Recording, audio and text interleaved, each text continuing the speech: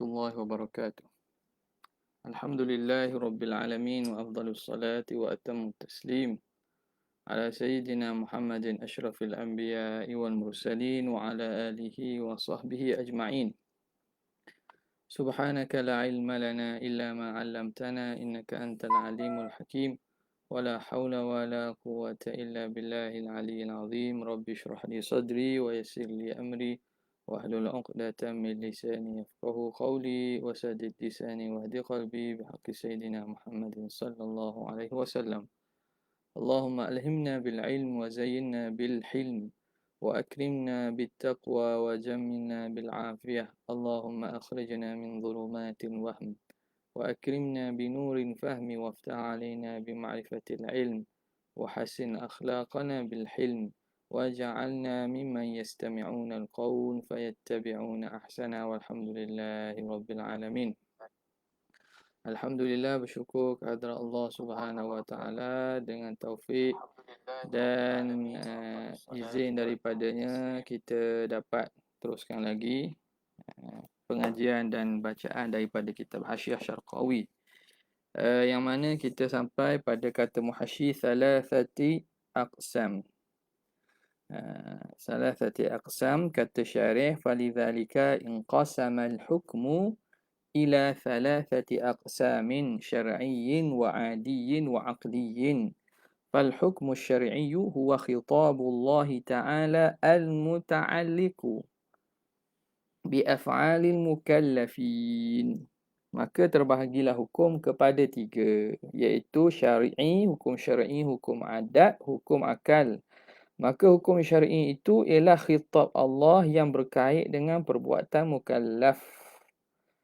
Okay, kita masuk pada kalam Muhasyi Syekh Syarqawi rahimahullah. Qala al-muallif rahimahullah wa nafa'ana bihi wa bi'ulumihi wa asrarihi fid darain amin ya rabbal alamin.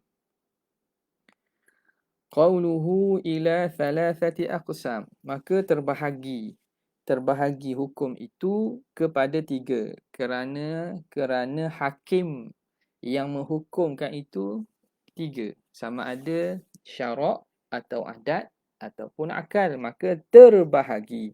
Dipanggil bina wazan mutawa'ah, infa'ala, infial, bina wazan mutawa'ah. Jadi terbahagi kepada tiga bahagian. Kata Muhasyi rahimahullah, lakinnal munasiba minha, namun yang munasabah daripada tiga itu fil maqam, pada perbicaraan, pada maqam makna pada bicara kita ini, huwal aqliyu, ialah hukum akal lah, sebab perbincangan kita ini berkaitan akidah, maka dibina di atas kefahaman tentang hukum akal. Maka daripada tiga-tiga itu yang munasabah dengan maqam, dengan perbicaraan, dengan konteks kita ini ialah al-aqli. Li'annahu alladhi dzakarahu al-musannifu, kerana itulah yang disebut oleh musannif, oleh Imam Sanusi. Okay. Jadi kenapa kenapa hanya hukum akal saja dibicarakan? Wa innama, ini fi quwwatil jawab li su'alin muqaddar, soalan muqaddar. Kenapa hanya hukum akal sahaja yang dibincangkan daripada tiga-tiga hukum, dikhususkan hukum akal saja?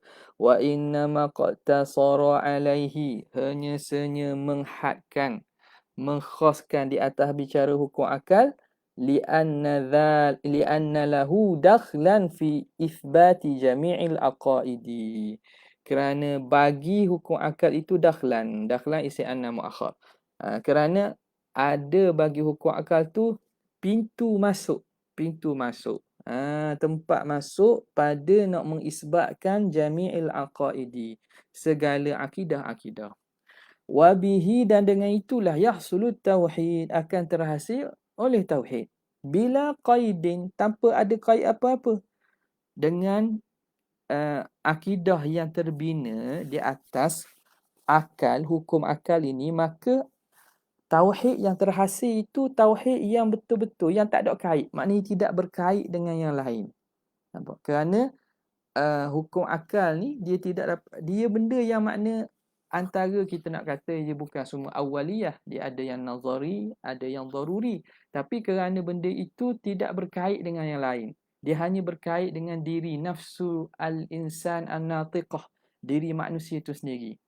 Adapun contoh tentang Al-Quran. Al-Quran itu kalau kita lihat dari segi pengisbatan, kalau lihat tanpa kait orang tu beriman atau tidaklah, kena isbatkan dulu bahawa Al-Quran itu benar daripada Allah. Bagaimana benar pada Allah? Iaitu dengan diutuskan Rasul.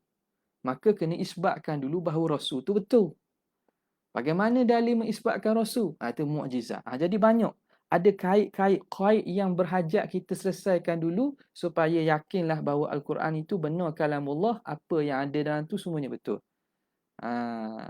Okay. Jadi itu kita lihat semata-mata tanpa mengkaitkan orang tu beriman atau tak beriman. Kalau kata bukan nak berdalih pula Al-Quran tu adakah daripada Tuhan, bukan soal tu, soal dari segi pendalilan, dari segi istidlal tu. Okey, istidlal berkaitan dengan benda sam'i, dia berhajat kepada benarnya Rasul yang menyampaikan apa perkara yang diutuskan itu. Adapun perkara akli, dia tak berkait dengan yang lain.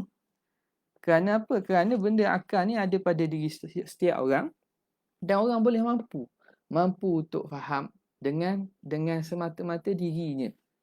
Nampak? Sebab itu dia kata wa bihi yahsulut tauhidu bila qaidin. Dengannya terhasil qaid, akan terhasil ketauhidan tanpa ada qaid.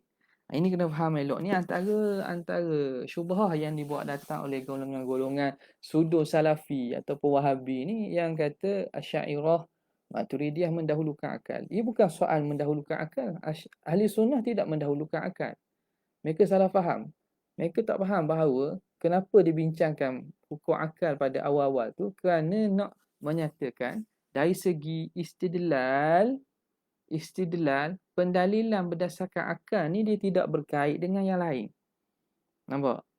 Bukan makna kita mendahulukan hukum akal. Jadi yang didahulukan mana-mana pun tetap mendahulukan Al-Quran dan hadis dulu. Cuma hukum akal ni dari segi manhaj, dari segi ilmu. Apabila dia telah ditadwin, maka dia perlu ditadwin dengan cara yang ilmiah, cara yang betul. Nampak? Maka itu dia mengajar kita bagaimana kita nak faham sesuatu, maka kita kena ada asas kaedah yang teguh. Maka dibicarakan tentang hukum akal. Boleh ini kalau faham isu ni tak berlakulah. Sebagaimana yang di media sosial kata, saya lah salafi. Kenapa saya salafi? Sebab saya kata saya salafi. Saya di pihak yang benar. Sebab apa? Sebab saya ikut salafi. Kenapa? Sebab saya ikut Syekh Salafi. So, kenapa Syekh Salafi itu salafi? Sebab dia salafi. Oh, jadi ini kalau ikut orang yang mengaji, ini bukan jawapan tulabul ilm. Bukan. Ini jawapan orang yang ta'assub. Orang ta'assub. Maka orang awam je cuma boleh baca kitab Arab gitulah. Boleh tahu sikit berkaitan dengan bahasa Arab. Jadi itu tak betul. Jadi nak tahu betul tak betul, kena tengok pada dalil dan bagaimana istidlal yang menyampaikan kepada murad dalil tersebut. Nasallallahu al-afwa wal afiyah. Okey. Habis. Wa amma syar'iyyu. Okey, sekarang ni maka bagaimana kedudukan hukum syarak pula? Wa amma syar'iyyu, adapun hukum syarak. Fadzakarahu, maka musannif sebut juga, syarih sebut juga, li'annahu, kerana sesungguhnya hukum syarak qad yakunu 'adidan lil aqli. Kadang dia itu boleh menguatkan. 'Adid menguatkan bagi hukum akal. Bukan mendahulukan. Faham molek?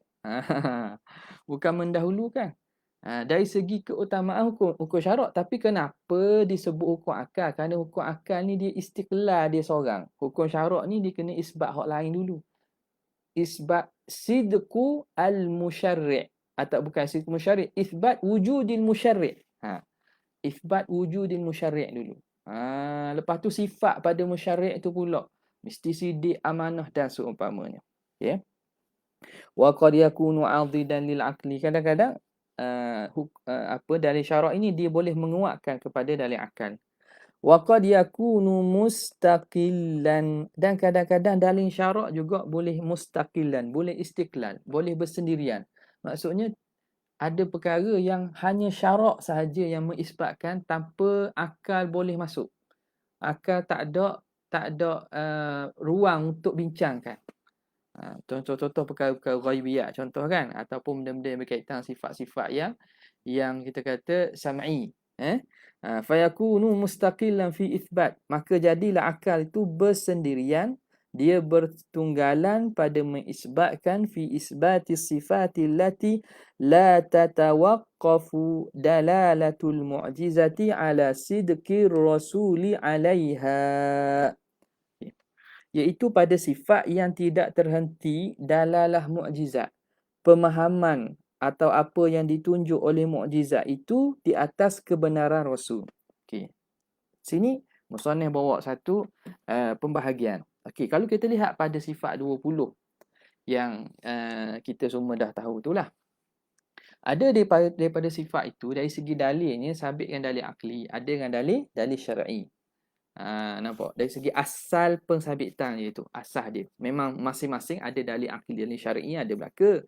Pada ghalibnya ada. Tapi ada sebahagiannya yang asal pengisbatannya atau asas dia ialah dalil nakli. Okay. Jadi musannif kata sifat yang tidak terhenti dalalatul mu'jizah ala sidqir rasul. Yang tidak berhajat kepada kita nak faham mukjizat atas benarnya rasul. Dalil apa tu? Dalil yang tidak berhajat nak faham mukjizat itu atas benar Rasul. Okay. Mukjizat itu menunjukkan benar Rasul kan? Mukjizat menunjukkan benarnya Rasul. Jadi apa dia sifat-sifat yang tidak berhajat oleh menunjuknya mukjizat di atas benarnya Rasul. Ayat ini merujuk kepada dalil-dalil yang kita panggil dalil-dalil sam'i, sifat-sifat sam'iyah. Sifat-sifat sam'iyah. Sama, ia sebut dah sini. Wahya sam'u wal basaru wal kalam. Sama, basar dan kalam. Sama, basar dan kalam. Okay. Kenapa? Macam mana kita nak tahu sifat tersebut? Bagaimana sifat tersebut kita dapat tahu Allah Ta'ala sami', Allah Ta'ala basir, Allah Ta'ala mutakallim. Adakah dia terhenti kepada wujud ataupun kepada ada alam ini? Kalau semata-mata ada alam, dalil semata-mata ada alam itu tak? Semata-mata ada alam, ialah Allah berkuasa. Dan ada pencipta bagi alam kerana alam itu baharu. Maka ada pencipta bagi alam. Kemudian pencipta itu mesti berkuasa. Kemudian pencipta itu tentulah berkehendak, ada iradat. Kemudian pencipta itu tentulah maha tahu, ada ilmu. Kemudian tentunya pencipta itu hidup. Daripada 7 sifat ma'ani itu, kudrat, iradat, ilmu, hayat. Kudrat, iradat, ilmu, hayat. 4 itu tak perlu kepada utuh Rasul. Dapat akal semata-mata dapat faham walaupun tidak ada Rasul diutuskan. Ni andayang ni. Andayang. Jangan kata-kata tak penting untuk Rasul. Bukan.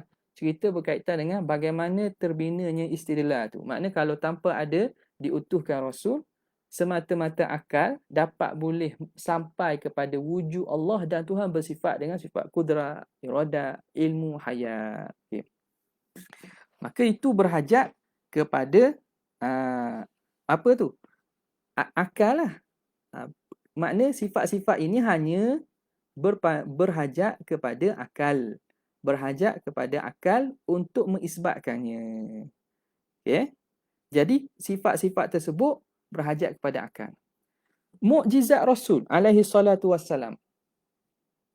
Sidqir Rasul. Sidqir Rasul. Sidqir Rasul yang kita bincangkan sekarang ni. Sidqir Rasul. Benarnya Rasul itu. Benarnya Rasul itu bagaimana kita nak tahu benarnya Rasul? Benarnya Rasul kita dapat tahu dengan Rasul itu membawa mukjizat. Okay? Membawa mukjizat. Betul. Rasul membawa mukjizat. Mukjizat itu sebagaimana kata Imam Sanusi, nazilatun manzilata qawlihi ta'ala sadaqa abdi fi kulli ma yuballighu anni. Benarlah hambaku pada setiap perkara yang dia sampaikan daripada aku. Sekejap ya.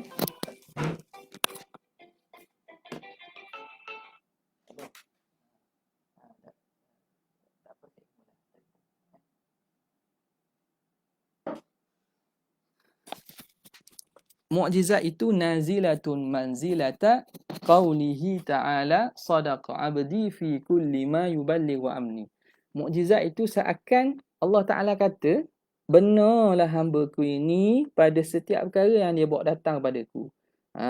Jadi pengisbatan mukjizat membawa kepada benarnya hamba itu, guna apa itu? Guna akal.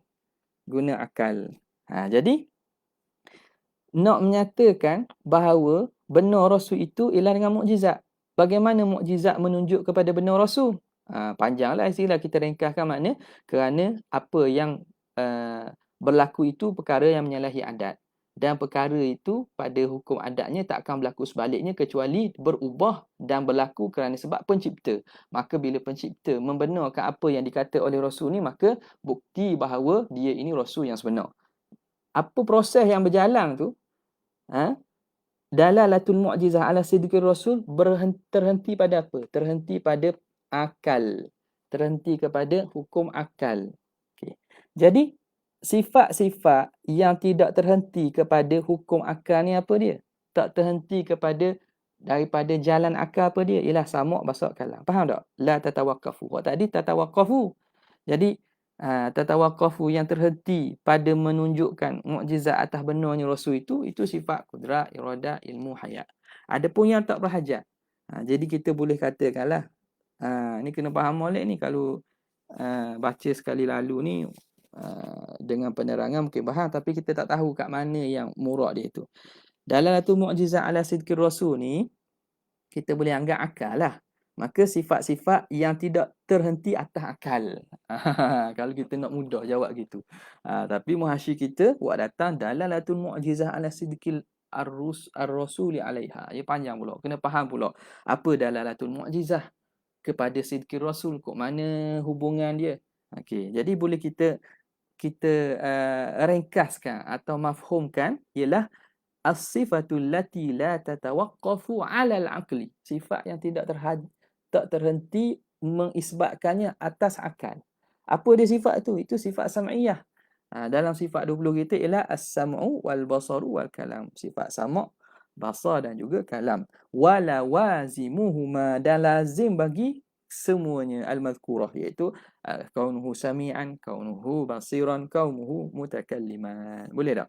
Jadi di situ pada sifat-sifat sam'iyah ni kita panggil nas itu, syarak itu mustaqillan fi ithbatiha. Dia bersendiri pada mengisbatkannya. Okey. Habis. Kemudian katanya wa dzikrul adiyyi. Dah musannif sebut perbincangan kita hukum akal, maqam, al-maqam yatatallabu al-bahthu an ahkamil aqliyah. Tapi disebutkan hukum syarak kan hukum syarak ini dia dapat menyokong akal. Dan kenapa sebut hukum adat? Wa dzikrul adiyyi tatmiman lil aqsam, sebagai nak menyempurnakan bagi bahagian lah. Jadi tinggal satu lagi, tinggallah hukum adat. Hukum adat. Okey. Kalau orang tanya dah hukum nahu, hukum apa lagi? Hukum nahu, hukum apa lagi? Itu semua masuk dalam wadai, iaitu adat ataupun adat dengan maksud umum lagi lah. Iaitu yang mustalah funun yang berbeza. Fan ini gini. Tak. Contoh kita kata al-mubtada' marfu'. Hukum apa tu? Al-mubtada' marfu'. Mubtada' marfu'. Hukum apa? Nak mubtada' marfu'. Al-mubtada' marfu'. Itu hukum lah. Isbatu amrin li amrin. Isbatu raf'i lil mubtada'. Mengisbatkan rafa' ataupun isbatu lirtifa' lil mubtada'. Terrafa'nya mubtada' itu. Nak letak mana tu? Hukum akal. Apa tak? Nak sebab itu makna istilah yang diletakkan oleh ahli-ahli pada bidang masing-masing. Itu kalau kita nak letak pun letak dalam hukum adat lah. Dia bukan hukum syarak, bukan hukum syarak. Sebab boleh je ulama nak menamakan lain. Penamaan tu sebenarnya dari segi bacaan tu biasalah. Okey. Penamaan. Nak menamakan itu rafa'. Jadi telah istalahu ahlun nuhati ala tasmiyati al halatil mubtada' rafa'an. Contoh. Itu istalahu tu. Itu kita boleh letakkan pada bawah daripada hukum adat lah. Wallahu alam. Kalau ada khilaf ke kan boleh sebutlah. Maka zikrul adi tasmiman lil aqsam. Bagi menyempurnakan bagi bahagian itu. Okey, sekarang ni apakah kaitan antara satu dengan hak lain? Wal inadu baina thalathati haqiqiyun, dan perbezaan inat ni perbezaan pertentangan. Beza antara tiga itu beza yang hakiki. Beza hakiki makna hukum akal tak sama langsung dengan hukum adat dan tak sama langsung dengan hukum syarak. Itu inat. Makna perbezaan al-ghayatut tanafi, lain sungguh-sungguh. Okey. Jadi perbezaan antara tiga tu hakiki. Idh la yumkinu, kerana tidak mungkin ijtima'uha. Tak boleh himpun sekaligus. Nak kata ini umum ke, ini khusus ke, umum mutlaq min wajhin ke, tak ada. Walathnain, dua pun tak boleh nak berhimpun. Minha fi syai'in, pada satu-satu daripada fi syai'in wahid, pada satu perkara pun tak boleh. Tak ada. Jadi semua berbeza, sungguh berbeza yang betul-betul berbeza. Habis. Kemudian kata Muhashir rahimahullah, qauluhu khitabullah. Tengok kalam syarih kata, fal hukmu syar'iyyu huwa khitabullah ta'ala. Hukum syarak itu ialah khitab Allah Subhanahu wa taala. Khitab Allah Subhanahu wa taala. Qauluhu khitabullah. Kata syarih khitabullah. Apa maksud khitab? Haqiqatul khitabi, hakikat khitab. Yakni kita kata ta'rif lah. Ataupun hakikat khitab, yakni ta'rif khitab itu. Apa hakikat bagi khitab? Ialah tawjihul kalam ilal mukhatabi. Khitab tu sendiri maknanya pada hakikatnya ialah tawjihul kalam, menuju percakapan, mengarah, tawjih mengarah, menujukan kalam kepada mukhatab, kepada orang yang kita lawan cakap, orang yang kita lawan cakap dengan dia, yang kita berdepan dengan dia lah, kita cakap dengan dia. Itu maksud khitab, mengarahkan perkataan tu. Jadi sini apa maksud sini? Wal muradu bihi huna, yang dimaksudkan dengan khitab di sini ismul maf'ul. Isim maf'ul, bukan diri khitab. Kerana khataba yakhtubu khitaban tu masdar, perbuatan taujih kalam tu, perbuatan taujih kalam tu. Itu asal pada makna khitab. Tapi di sini maksudnya isim maf'ul. Ai al-mukhatabu bih, yang dikhitab dengannya, perkara yang dikhitab dengannya, iaitu percakapan tu sendirilah. Okey. Kalau makna dari segi kita nak kata min itlaqil masdar wa iradatu ismul maf'ul, gitulah. Okey. Al-mukhatabu bihi, ai apa dia? Al-kalamu. Kalam, al-mufhimu, yang memberi faham, bil fi'li, dengan sungguh hati. Bil fi'li. Ini istilah mantik bukan bil fi'li memberi faham dengan perbuatan. Bukan memberi faham dengan perbuatan. Nampak tak? Bukan memberi faham dengan perbuatan. Itu penting istilah-istilah kalau kita mengaji kitab ni, kita kena adalah khalfiyah tentang istilah dan ilmu-ilmu yang berkaitan untuk memudahkan bacaan suatu kitab tu. Terutama kitab-kitab hasyiah ni memerlukan kepada banyak ilmu alat lah. Jadi kita kena mengaji ilmu-ilmu alat ni, tujuan untuk kita faham kitab-kitab yang sebegini. Jadi kalau baca saja, kalau kita ada berbekalan bahasa Arab je, maknanya kita boleh terjemah je lah. Kalam yang memberi faham dengan perbuatan. Apa perbuatan? Tak tahu. Perbuatan lah. Jadi tak sampai maksud murad daripada muallif tu. Maksud al-kalam al-mufhim, kalam yang memberi faham bil fi'li. Dengan sungguh ti. Sungguh ti makna dia lawan satu lagi bil quwah kan, yang boleh mampu difaham. Ini yang memberi faham. Sungguh-sungguh beri faham on the spot kita kata. Faham secara langsung. Bil fi'li dengan langsung. Binaan dibina di atas ala ini pandangan ini dibina di atas ala annahu yushtaratu, bahawa disyaratkan fi tasmiyatil kalami khitaban, dibina di atas jadi hal keadaan kaul ini mabniyan, dibina di atas pandangan yang mengatakan disyaratkan pada menamakan kalam khitab. Apa syaratnya? Wujudu fa'il bagi yushtaratu, wujudul mukhatabin, adanya orang yang dikhitab. Jadi pada masalah adakah kalam itu, kalam nak nama khitab itu, khitab ni makna kita tuju perkataan kan. Adakah disyaratkan khitab itu mesti ada orang yang dituju? Bil fi'li dengan sungguh, secara sungguh ti.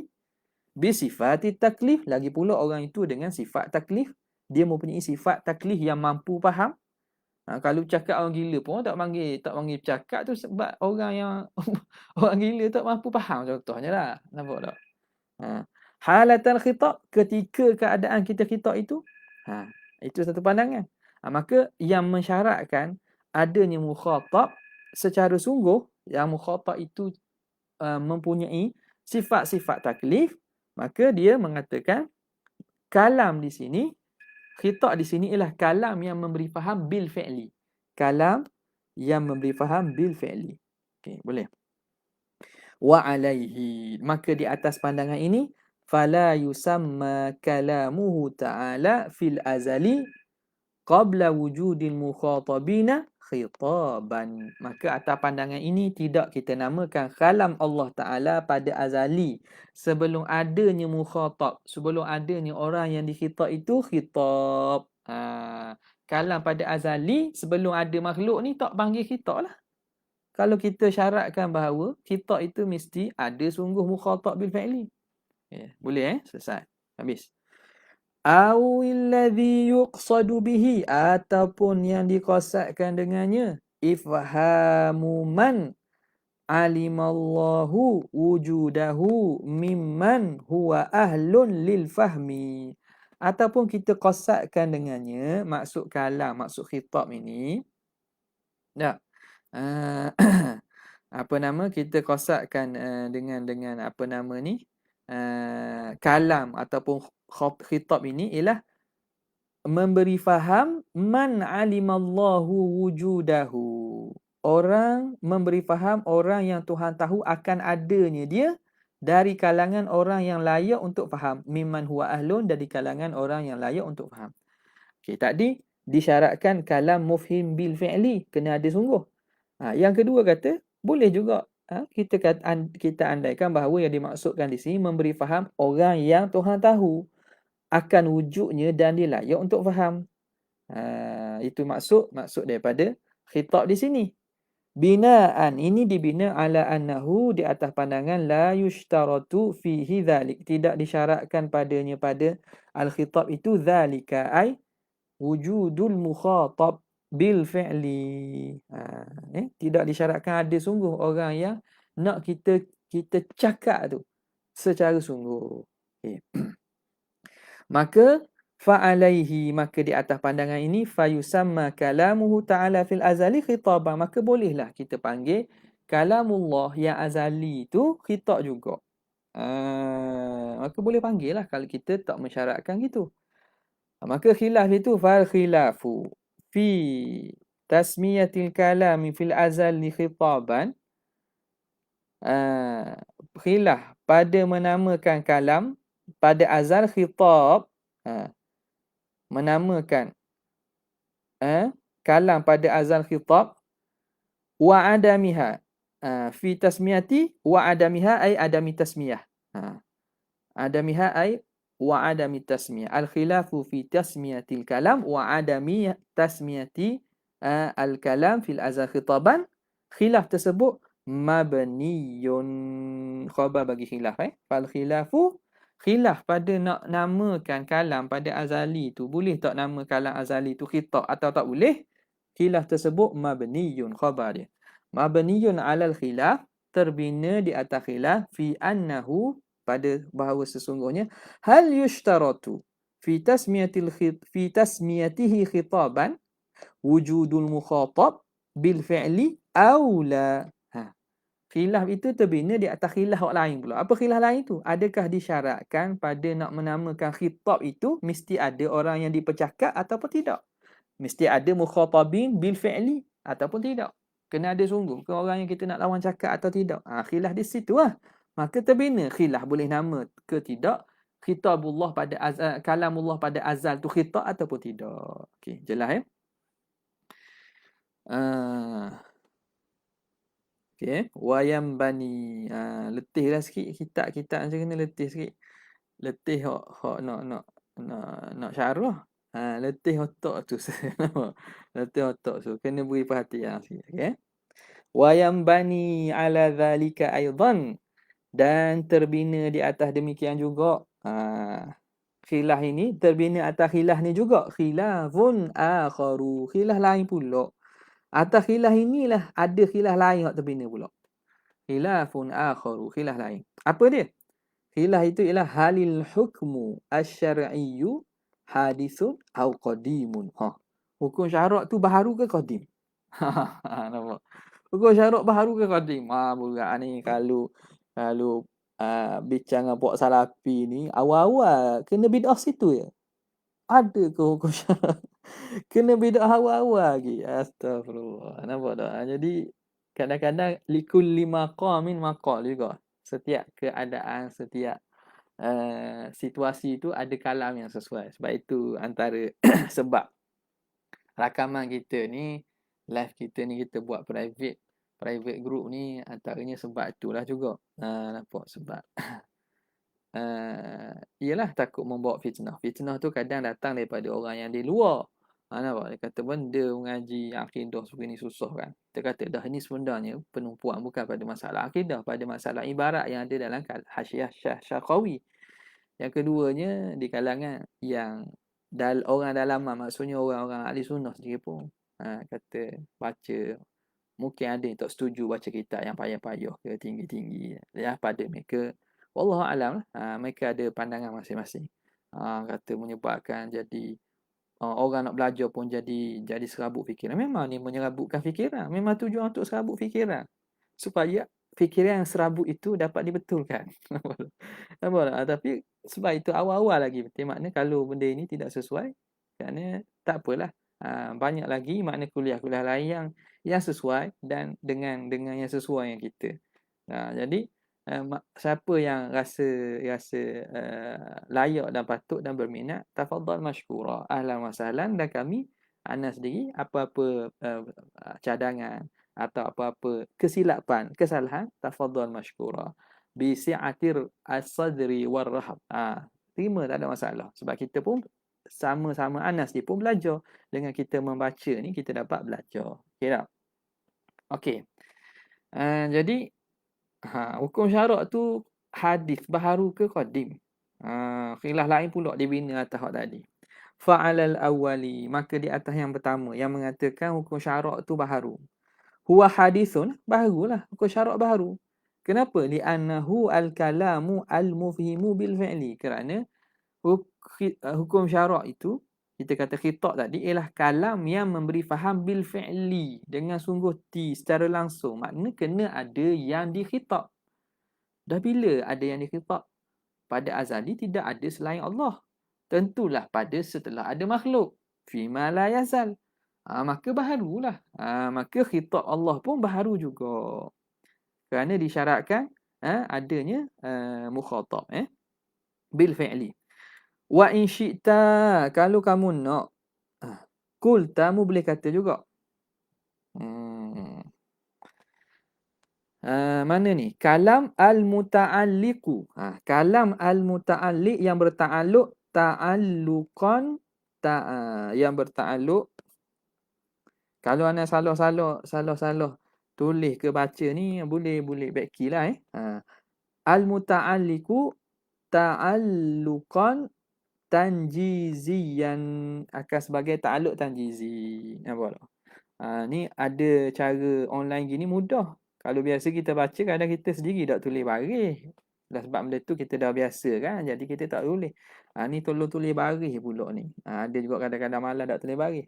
Jadi tobik tu atas kalam. Kalau ada tersilap, tak nafilah kadang-kadang kita ni bukan perhati setiap baris yang kita baca. Seboleh mungkin anda perhatilah. Namun kalau ada silap apa-apa rasa tu memang salah betul, baiki je lah. Baiki aja, ada masalah. Kalau ada khilaf, rasa belajar dengan kata gini.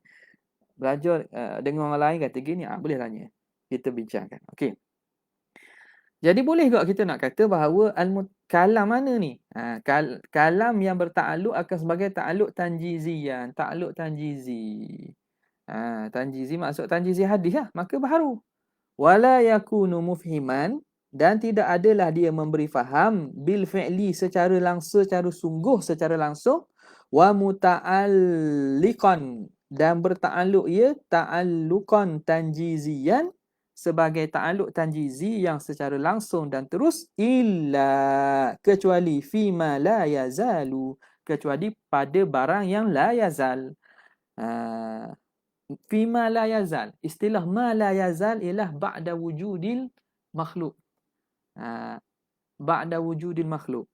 Maka tidak berta'alluqlah ta'alluq kalam itu sebagai ta'alluq tanjizi kecuali fima la yazal, iaitu pada setelah adanya makhluk. Jadi istilah fima la yazal dilawan fil azal. Fil azal.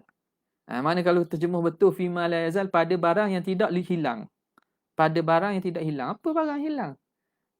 Tak, barang kita tak ada hilang lagi. Nampak tak? Jadi barang yang hilang. Istilah dah. Ma la yazalu. Sebut orang. Ma la yazalu merujuk kepada az-zamanul imkan. Atau kita kata fi waqtil imkan. Pada waktu imkan. Iaitu apa dia tu? Pada selepas pada azal. Azali ni ialah sebelum ada makhluk. Maka ulama dia meletak istilah lah. Ini faradhan sebagai tasmiyah saja, penamaan. Maka diletak ada fasil, ada perceraian. Allah Ta'ala sebelum mewujudkan makhluk dengan selepas ada makhluk. Maka dinamakan waktu sebelum ada makhluk itu al-azali, al-azal, dinamakan azal. Okey. Selepas ada makhluk, dinamakan dia ma la yazal. Sebab itu kita dah dengar istilah fi ma la yazal, pada masa yang telah ada makhluk. Kita jemah itulah. Pada ketika makhluk telah ada. Iaitu selepas berlakunya penciptaan Allah Ta'ala pada makhluk, itu nama fi ma la yazal. Lawan kepada fil azal. Ada sungguh ke zaman azali tempoh berapa lama? Itu bukan nak cerita tentang berapa lama, sebab tu tak boleh nak fikir tu. Cuma ulama letak nama je. Waktu sebelum ada makhluk nama azali. Nama al-azal atau kita sebut azali. Hanya penamaan. Dah berapa lama tempoh azal? Soalan tu tak betul dah. Sebab tempoh azal ni tak ada berkaitan dengan masa. Sebab masa hanya berlaku selepas ada makhluk. Boleh faham situ Okey. Jadi dia kata kecuali pada fima la yazal ba'da wujudi, setelah wujudil mukallafin, ada mukallaf. Wa ba'thati, kemudian bukan sekadar tu saja, wa ba'thati ar-rusuli, setelah dibangkit rasul. Ilaihim, kepada mereka, kepada para mukallaf. Maka fahuwa kalamullahi ta'ala al-muqayy. Kalam Allah Ta'ala yang apa?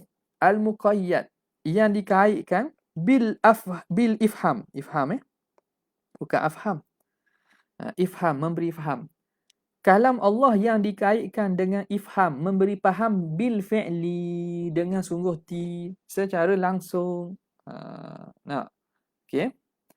Au bit ta'alluqi tanjizi, atau kita namakan juga bertakluk dengan takluk tanjizi. Okey. Jadi di situ apa yang berlaku? Berlaku kalam Allah dari kalam Allah bersifat qadim. Tapi bilanya dizahirkan, dizahir fi ma la yazal, pada waktil imkan, waktu ada makhluk, kepada makhluk dan disyaratkan ada makhluk, maka berhimpunlah kalam yang qadim dengan hai'ah yang baharu. Wal hai'atu, dan keadaan tu murakkabah, tersusun, minal qadimi wal hadis, daripada yang qadim dan hadis. Yang qadim kalam Allah, kerana datang daripada Allah yang qadim. Makhluk pula, kan makhluk disyaratkan mesti ada dulu, maka berhimpun hai'ah itu, keadaan itu daripada dua perkara, qadim dan hadis. Bila berhimpun antara qadim dengan hadis, maka boleh hukum sebagai hadis. Wal hay'atu murakkabatu minal qadimi wal hadisi hadithatun. Hai'ah itu hadithatun, khabar bagi hai'ah. Kenapa hadithatun? Litajaddudiha, kerana tajaddud dia berubah-ubah. Dia baharu membaharui, makna berubah-ubah kan? Tajaddud berlaku berubah-ubah. Litajaddudi ba'daha, ba'da adamin. Litajaddudiha, kerana berubahnya, ba'da adamin, selepas daripada tak ada. Okey. Oh, kenapa boleh kata hadis dengan makna tajaddud? Tidakkah hadis itu wujud selepas daripada adam? Al-huduth huwal wujudu ba'dal adam kan? Tapi hadisah di sini dia kita panggil hadisah kerana tajaddud. Sekarang ni dikabuailah. Li'annal haditha, kerana yang baharu tu, wa in kana haqiqatan, walaupun hakikatnya yang baharu itu maksudnya fil maujudi ba'da adamin, al hadis merujuk kepada al maujud ba'da adam. Bila sebut al hadis, apa itu al hadis? Ialah maujudun ba'da adamin, benda yang ada selepas daripada tak ada. Asal tak ada, dia ada, maka benda itu kita panggil hadis. Hakikat lafaz hadis itu kena kepada maujud ba'da adam lah. Tapi sebagaimana juga hakikatnya gitu, yutlaqu majazan, boleh diitlaq secara majaz, al-mutajaddidi, boleh kita panggil al-mutajaddid, yang sentiasa berubah-ubah tu kita boleh panggil sebagai hadis juga, al-mutajaddid. Yang berubah-ubah, yang bertukar-tukar, ubahlah, yang baharu-baharu. Jadi sebagaimana kalimah hadis itu maksudnya maujud ba'da adam, mutajaddid pun kita panggil juga sebagai hadis secara majaz. Majazan 'alal mutajaddidi ba'da adamin, yang baharu, yang sentiasa berubah-ubah selepas daripada tidak ada. Habis. Boleh tu. Kemudian dia kata wa 'ala tsani. Wa 'ala tsani. Mana wa 'ala tsani ni? Di atas pada fa'alal awal ni, wa 'ala tsani. Yang mengatakan hukum syarak itu hadis baharu. Dah yang kata qadim, wa 'ala tsani, yang mengatakan wa 'ala tsani qadimun, atas pandangan kedua, maka hukum syarak itu qadim. Kenapa? Li'adami i'tibaril ifhami bil fi'li, kerana dia tidak ambil kira memberi faham tu secara sungguh, secara langsung. Wa ta'alluqi, dan tidak ambil kira ta'alluqi tanjizi, tak ambil kira ta'alluq tanjizi fi mafhumihi, pada mafhum kalam tu. Jadi bolehlah kita kata kalam hukum syarak itu qadim, melihat kepada apa? Melihat kepada tidak disyaratkan khitab Allah itu memberi faham bil fi'li. Boleh dia memberi faham kepada orang yang Tuhan tahu akan ada, walaupun tak syarat tu kena ada, tak syarat mukhatab kena ada. Jelas habis. Kemudian kata musannifu rahimahullahu taala, wa khitabun kal jinsi. Panjang ni. Panjang ni. Jadi khitab tu nampaknya boleh kita butis situ kot. Kita butis tu wa khitabu kal jinsi. Nak cerita dari segi ta'rif tu pula. Al-jinsu, al-faslu dan seumpamanya lah. Jinsu fi ta'rif ni. Kita butis pada khitabun wa khitabu kal jinsi lil hukmi. Wallahu ta'ala a'la wa alam.